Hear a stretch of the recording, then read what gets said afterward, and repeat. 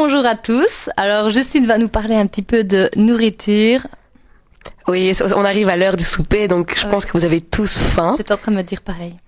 Alors, contrairement à la chanson d'Olivia Ruiz, je ne vais pas vous expliquer la recette des crêpes aux champignons, mais la recette de la sauce bolo.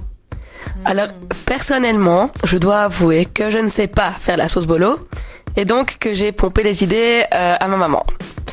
Alors, pour faire une sauce bolo selon Monique, parce que c'est le nom de ma maman, il faut des oignons, de la viande hachée, du concentré de tomate et de la purée de tomate, et attention, un ingrédient secret, des carottes.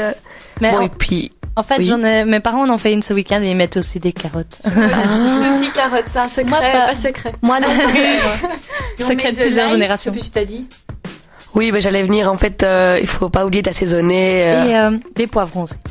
Oui, mais ça, oui, voilà. Donc on peut remplacer les carottes par les champignons, on peut rajouter du paprika, du thym, du laurier, voilà, comme ça on appelle des vous épices mettez un peu ce que vous voulez. tout, en Donc fait. là, c'était les ingrédients pour la recette en elle-même. Alors, il suffit de faire revenir les oignons dans du beurre ou de l'huile. ou de l'huile, voilà. Et alors, pour pas que le beurre crame, Oui.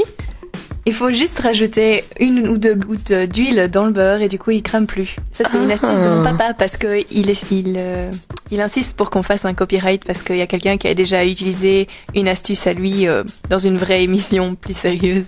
Donc, voilà, et qui s'était approprié. Voilà, Alors, donc petit clin petit d'œil, spécial casse dédié au papa de Louise. Pour la petite goutte d'huile dans le beurre, voilà. Pour éviter que ça crame, donc. Alors ensuite, donc quand vos oignons sont bien dorés, vous ajoutez la viande hachée et vous laissez cuire à feu doux pour qu'elle soit bien cuite. Ensuite, vous pouvez assaisonner, donc vous mettez du thym, du laurier, du sel, du poivre, du paprika pour certains. Ouais. Voilà, un peu ce que vous voulez selon vos goûts. Alors ensuite, vous ajoutez la purée de tomate, le concentré de tomate et les dés de carottes. Et donc en fait, les dés de carottes, c'est pour couper l'acidité. Vous pouvez mettre un sucre aussi, ça fait. Ouais, voilà. Voilà, je crois que le petit mon frère de Vanille fait ça. Non, Voilà. mon grand frère. Ah, c'est le mon grand frère de Vanille. Pardon. Il mange, il cuisine pas. C'est ce que font les hommes en général. Oups, pardon, changeons de sujet.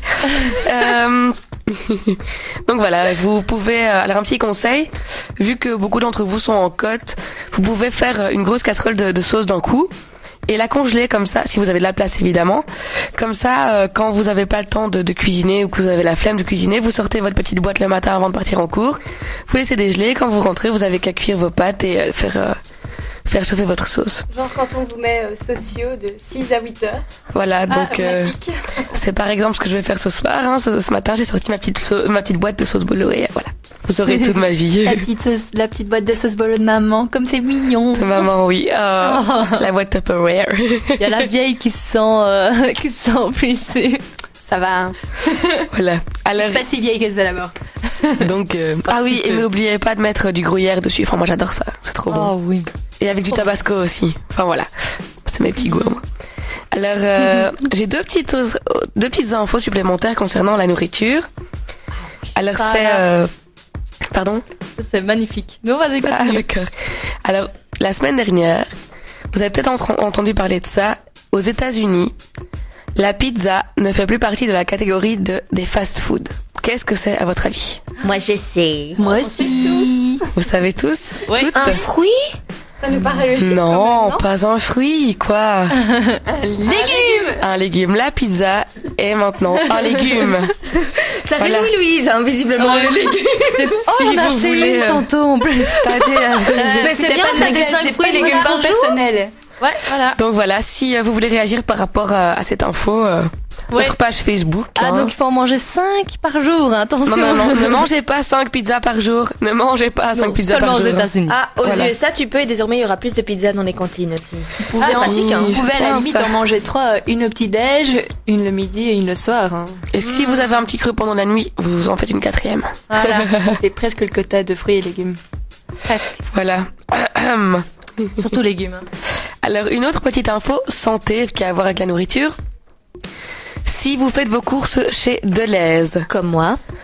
Alors, il y a un salami, je me souviens plus du nom, mais vous pouvez trouver l'info sur RTL Info. Je l'ai, c'est le tyrolais salami en tranches. Voilà, le tyrolais salami en tranches, dont la date de péremption est le 1er janvier 2012. Ne le mangez pas, ou vous allez mourir. Non, c'est comme un peu c'est grave, c'est ça, intoxication alimentaire. Oui, mais si vous vous intoxiquez alimentairement parlant, vous pouvez mourir. Oui, c'est une très mauvaise bactérie qui vous attaque de l'intérieur. Voilà. Donc on se demande un peu d'où ça vient. Très bien la bactérie. Oui, je sais, je trouve aussi. Bactérie. Donc voilà, vous pouvez ramener votre paquet de salami. Elle est fière. Chez et il Deleuze. dit, si jamais vous avez déjà consommé ce salami, allez vite chez votre médecin, sans attendre une seule dépêchez-vous. seconde. J'allais dire mettre dedans dans la gueule. C'est dégueulasse. C'est dégueulasse. C'était il y a 5 jours, ça marche plus, hein, Vanille. Ah oui, c'est vrai. T'as intérêt à vite courir chez ton médecin traitant parce que tu peux mourir. On veut pas te perdre. Bah, j'en ai pas mangé personnellement. Ça va. Donc n'oubliez pas, si vous avez en votre possession du salami de chez Deleuze, vérifiez bien s'il ne s'agit pas du salami. Tyrolais salami en tranches. Voilà, dont la date de péremption est le 1er janvier 2012. Voilà.